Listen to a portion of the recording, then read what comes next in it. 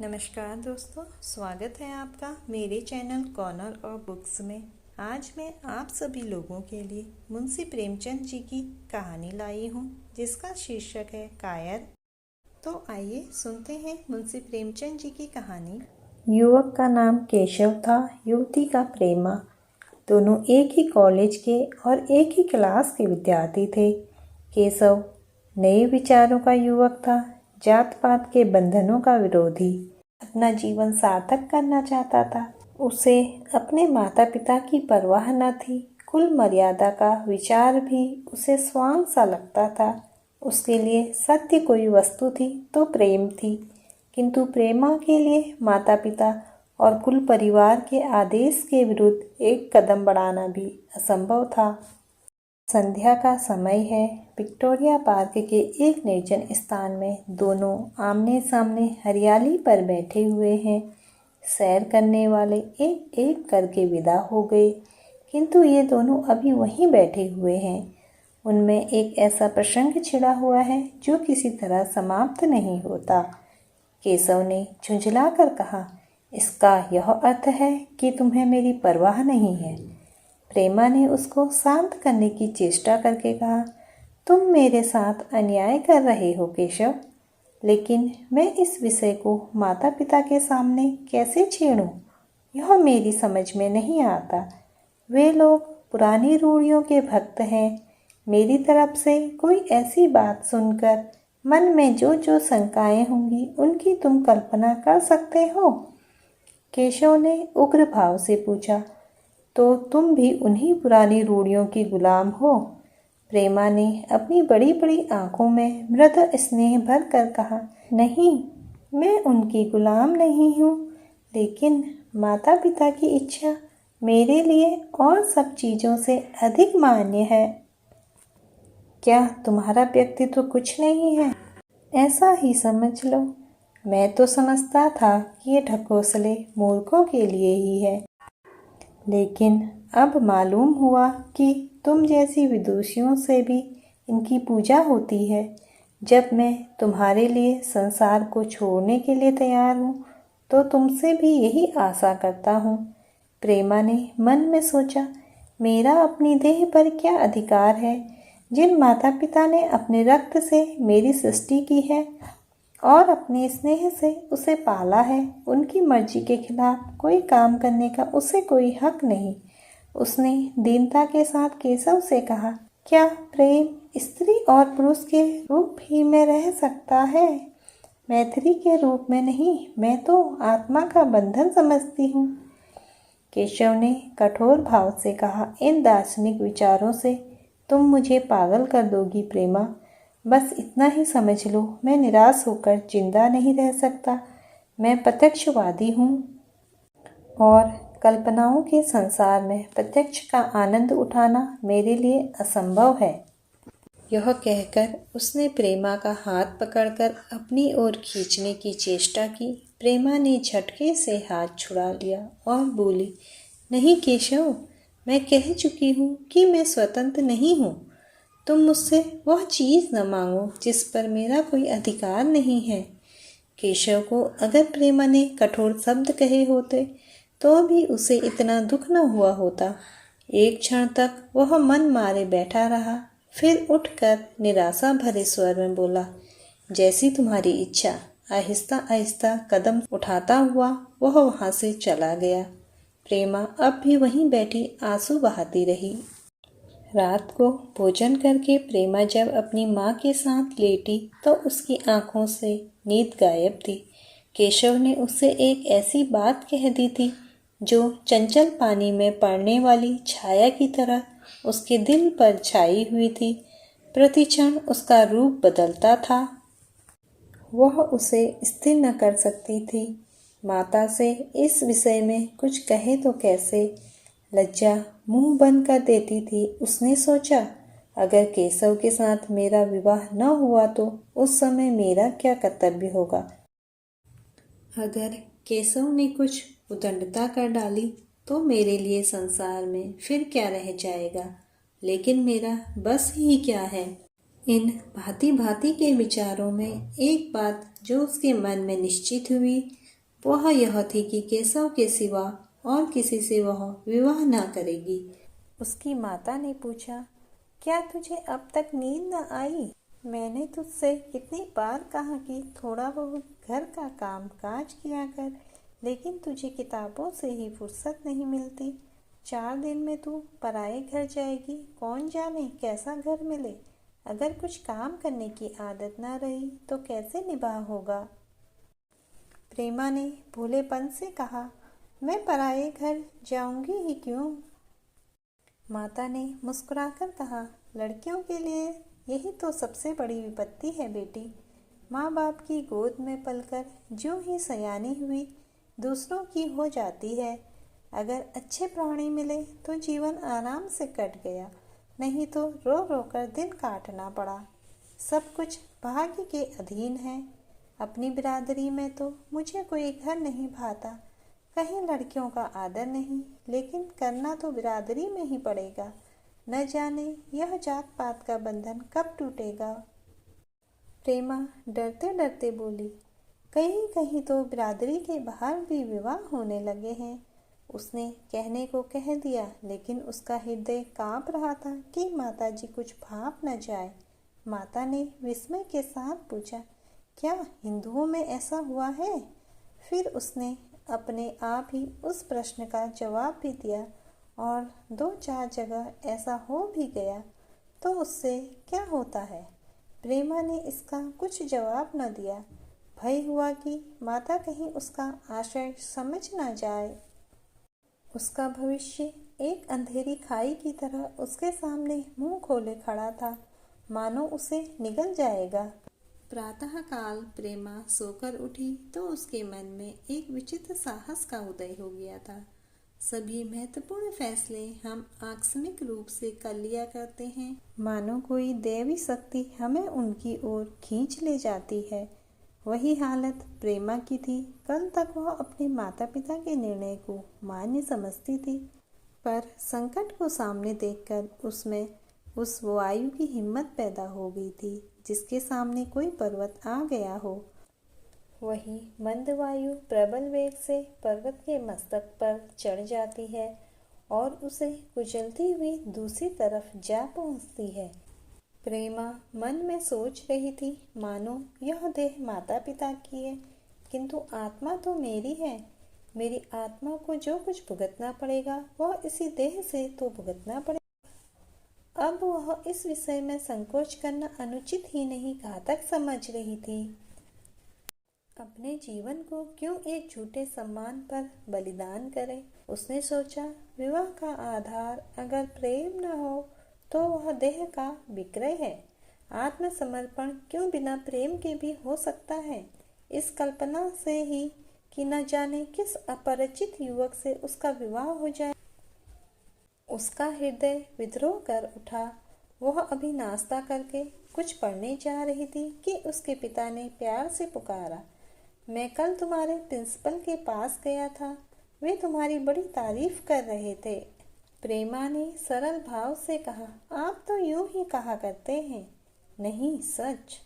यह कहते हुए उन्होंने अपनी मेज की दराज खोली और मखमली चौखटों में जड़ी एक तस्वीर निकालकर उसे दिखाते हुए बोले, यह लड़का ICS के इम्तिहान में प्रथम आया है। इसका नाम तो तुमने सुना होगा। बूढ़े पिता ने ऐसी भूमिका बांध दी थी कि माँ उनका आशय न समझ सकी, लेकिन प्रेमा भाप गई। उनका मन तीर की भांति लक्ष्य पर जा पहुंचा। उसने बिना तस्वीर की ओर देखे ही कहा, नहीं, मैंने तो उसका नाम नहीं सुना। पिता ने बनावटी आश्चर्य से कहा, क्या तुमने उसका नाम ही नहीं सुना? आज के दैनिक पत्र में उसका चित्र और जीवन वृत्तांत छपा है। प्रेमा ने रुखाई से जवाब दिया होगा, मगर मैं तो उस परीक्षा का कोई महत्व ही नहीं समझती। मैं तो समझती हूँ जो लोग इस परीक्षा में बैठते हैं वे पल्ले सिर के स्वार्थी होते हैं। आखिर उनका उद्देश्य इसके सिवा और क्या होता है कि अपने गरीब, निर्धन, दलित भाइयों पर शासन करें और खूब धन संचय करें। यह तो जीवन का कोई ऊंचा उद्देश्य नहीं है। इस आपत्ति में जलन थी, अन्याय था, निर्दयता थी। पिताजी ने समझा था प्रेमा यह बखान सुनकर लट्टू हो जाएगी। यह जवाब सुनकर तीखे स्वर में बोले, तू तो ऐसी बातें कर रही है जैसे तेरे लिए धन और अधिकार का कोई मूल्य ही नहीं। प्रेमा ने ढिठाई से कहा, हाँ, मैं तो इसका मूल्य नहीं समझती। मैं तो आदमी में त्याग देखती हूँ। मैं ऐसे युवकों को जानती हूँ जिन्हें यह पद जबरदस्ती भी दिया जाए तो स्वीकार न करेंगे। पिता ने उपहास के ढंग से कहा, यह तो आज मैंने नई बात सुनी। मैं तो देखता हूँ कि छोटी छोटी नौकरियों के लिए लोग मारे मारे फिरते हैं। मैं जरा उस लड़के की सूरत देखना चाहता हूँ जिसमें इतना त्याग हो। मैं तो उसकी पूजा करूँगा। शायद किसी दूसरे अवसर पर यह शब्द सुनकर प्रेमा लज्जा से सिर झुका लेती, पर इस समय उसकी दशा उस सिपाही की सी थी जिसके पीछे गहरी खाई हो। आगे बढ़ने के सिवा उसके लिए और कोई मार्ग न था। अपने आवेश को संयम से दबाती हुई, आंखों में विद्रोह भरे, वह अपने कमरे में गई और केशव के कई चित्रों में से वह एक चित्र चुनकर लाई जो उसकी निगाह में सबसे खराब था और पिता के सामने रख दिया। बूढ़े पिताजी ने चित्र को उपेक्षा के भाव से देखना चाहा, लेकिन पहली दृष्टि ही में उसने उन्हें आकर्षित कर लिया। ऊंचा कद था और दुर्बल होने पर भी उसका गठन स्वास्थ्य और संयम का परिचय दे रहा था। मुख पर प्रतिभा का तेज न था, पर विचारशीलता का कुछ ऐसा प्रतिबिंब था जो उसके मन में विश्वास पैदा करता था। उन्होंने उस चित्र की ओर देखते हुए पूछा, यह किसका चित्र है? प्रेमा ने संकोच से सिर झुकाकर कहा, यह मेरे ही क्लास में पढ़ते हैं, अपनी ही बिरादरी का है। प्रेमा की मुख मृदा धूमिल हो गई। इसी प्रश्न के उत्तर पर उसकी किस्मत का फैसला हो जाएगा। उसके मन में पछतावा हुआ कि व्यर्थ में मैं इस चित्र को यहाँ लाई। उसमें एक क्षण के लिए जो दृढ़ता आई थी वह इस पहले प्रश्न के सामने कातर हो उठी। दबी हुई आवाज में बोली, जी नहीं, वह ब्राह्मण है।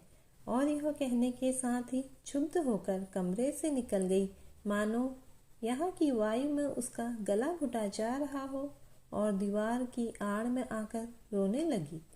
लाला जी को तो पहले ऐसा क्रोध आया कि प्रेमा को बुलाकर साफ साफ कह दे कि यह असंभव है। वे उसी गुस्से में दरवाजे तक आए, लेकिन प्रेमा को रोते देखकर नम्र हो गए। इस युवक के प्रति प्रेमा के मन क्या भाव थे यह उनसे छिपा न रहा। वे स्त्री शिक्षा के पूरे समर्थक थे, लेकिन इसके साथ ही कुल मर्यादा की रक्षा भी करना चाहते थे। अपनी ही जाति के सुयोग्य वर के लिए अपना सर्वस्व अर्पण कर सकते थे, लेकिन उस क्षेत्र के बाहर कुलीन से कुलीन और योग्य से योग्य वर की कल्पना भी उनके लिए असहाय थी। इससे बड़ा अपमान वे सोच ही न सकते थे। उन्होंने कठोर स्वर में कहा, आज से कॉलेज जाना बंद कर दो। अगर शिक्षा कुल मर्यादा को डुबोना ही सिखाती है तो यह कुशिक्षा है। प्रेमा ने कातर कंठ से कहा, परीक्षा तो समीप आ गई है। लाला जी ने दृढ़ता से कहा, आने दो, और फिर अपने कमरे में जाकर विचारों में डूब गए। 6 महीने गुजर गए।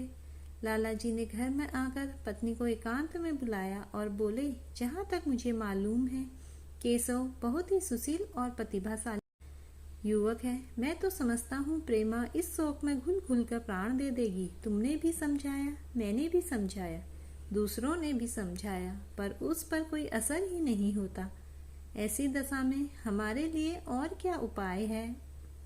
उनकी पत्नी ने चिंतित भाव से कहा, कर तो दोगे, लेकिन रहोगे कहाँ? न जाने कहाँ से यह कुलक्षणी मेरी कोख में आई। लाला जी ने भवें सिकोड़कर तिरस्कार के साथ कहा, यह तो 1000 दफा सुन चुका, लेकिन कुल मर्यादा के नाम को कहाँ तक रोए?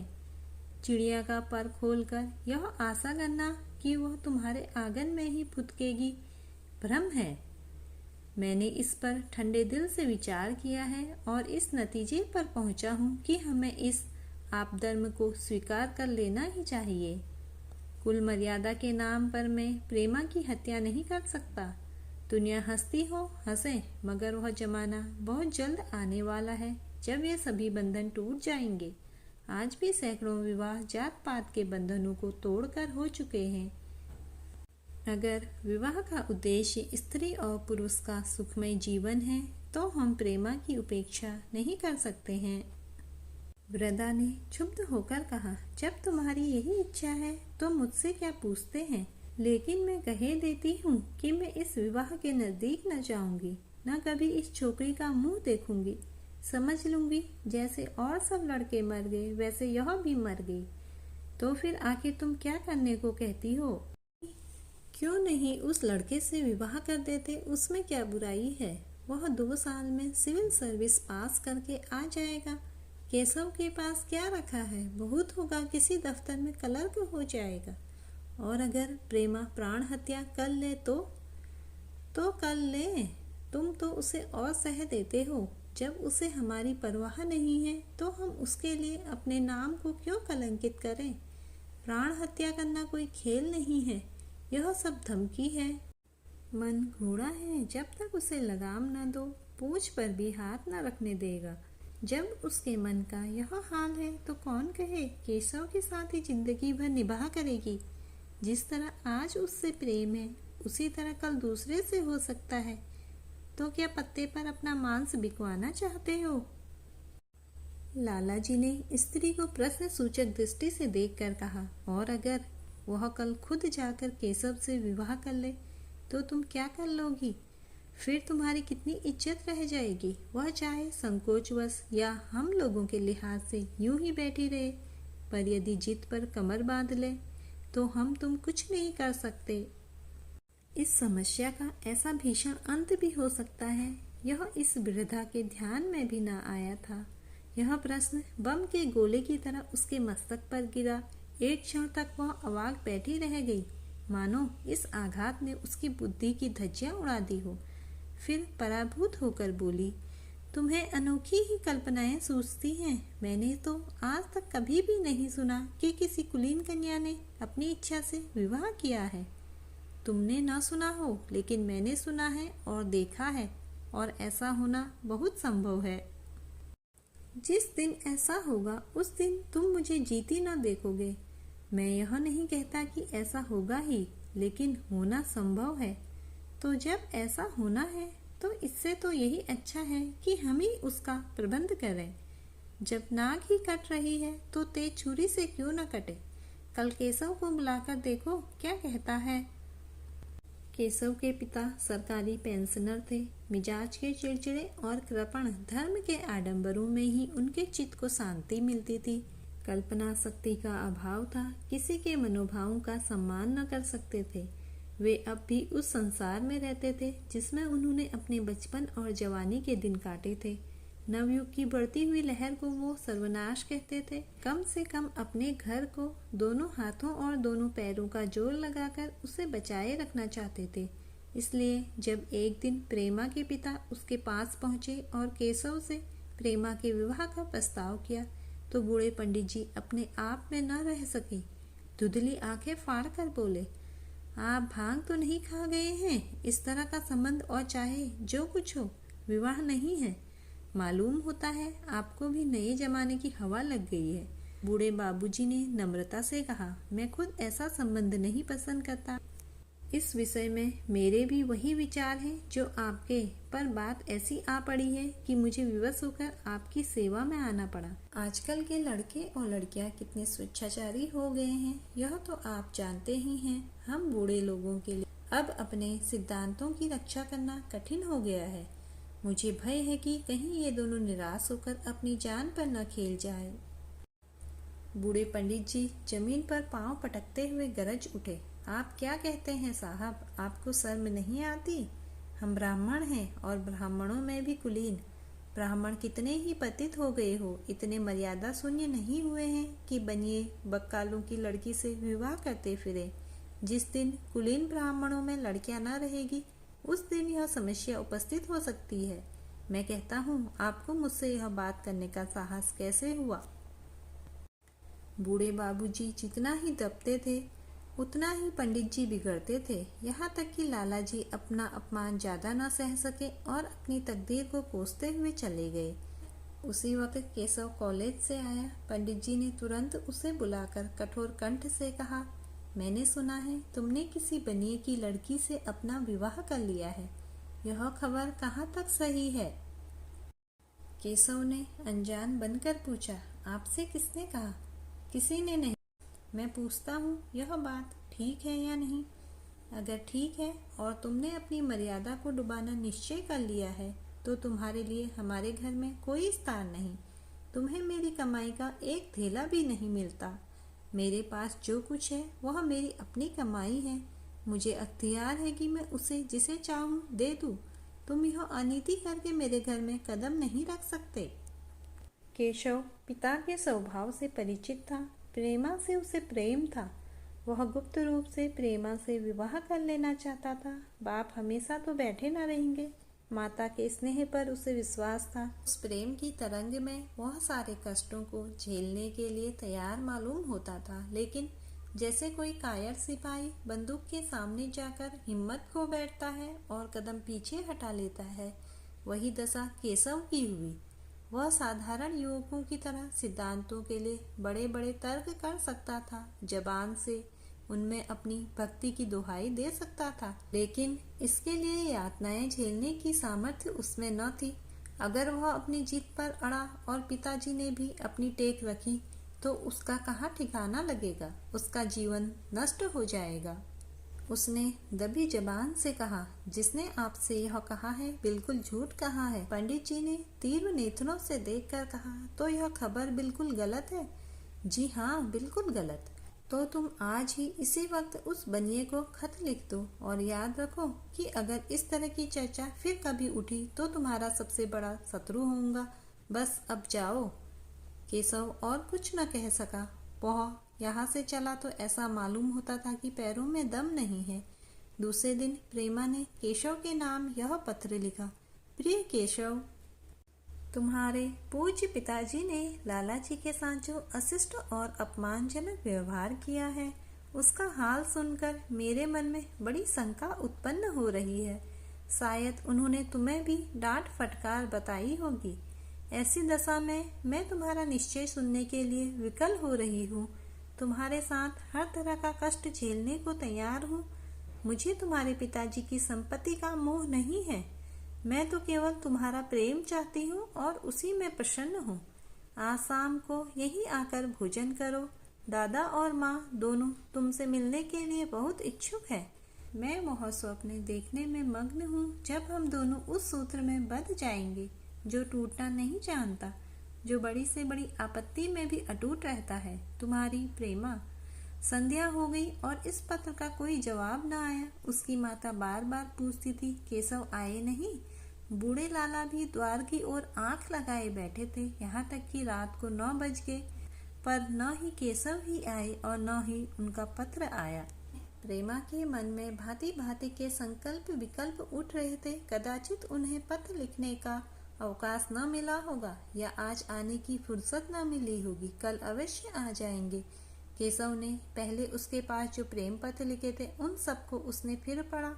उनके एक एक शब्द से कितना अनुराग टपक रहा था, उनमें कितना कंपन था, कितनी विकलता, कितनी तीव्र आकांक्षा। फिर उससे केशव के वे वाक्य याद आए जो उसने सैकड़ों ही बार कहे थे। कितनी बार वह उसके सामने रोया था। इतने प्रमाणों के होते हुए निराशा के लिए कहाँ स्थान था, मगर फिर भी सारी रात उसका मन जैसे सूली पर टंगा रहा।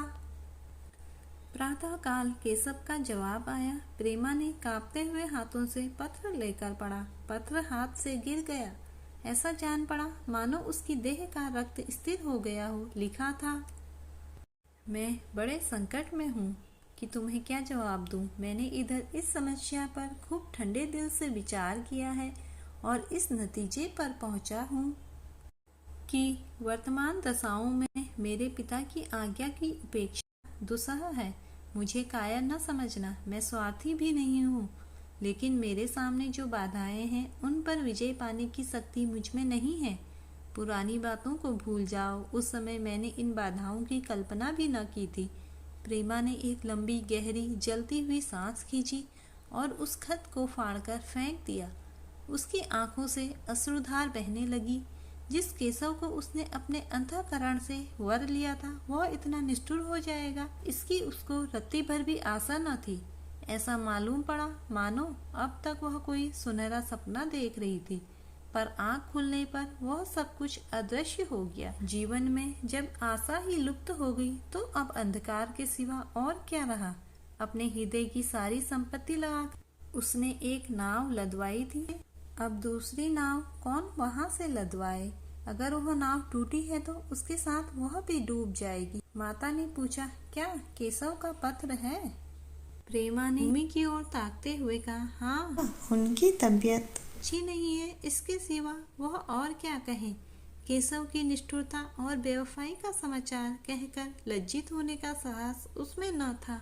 दिन भर वह घर के काम धंधों में लगी रही, मानो उसे कोई चिंता ही नहीं है। रात को उसने सबको भोजन कराया, खुद भी भोजन किया और बड़ी देर हारमोनियम पर गाती रही, मगर सवेरा हुआ तो उसके कमरे में उसकी लाश पड़ी हुई थी। प्रभात की सुनहरी किरणें उसके पीले मुख को जीवन की आभा प्रदान कर रही थी।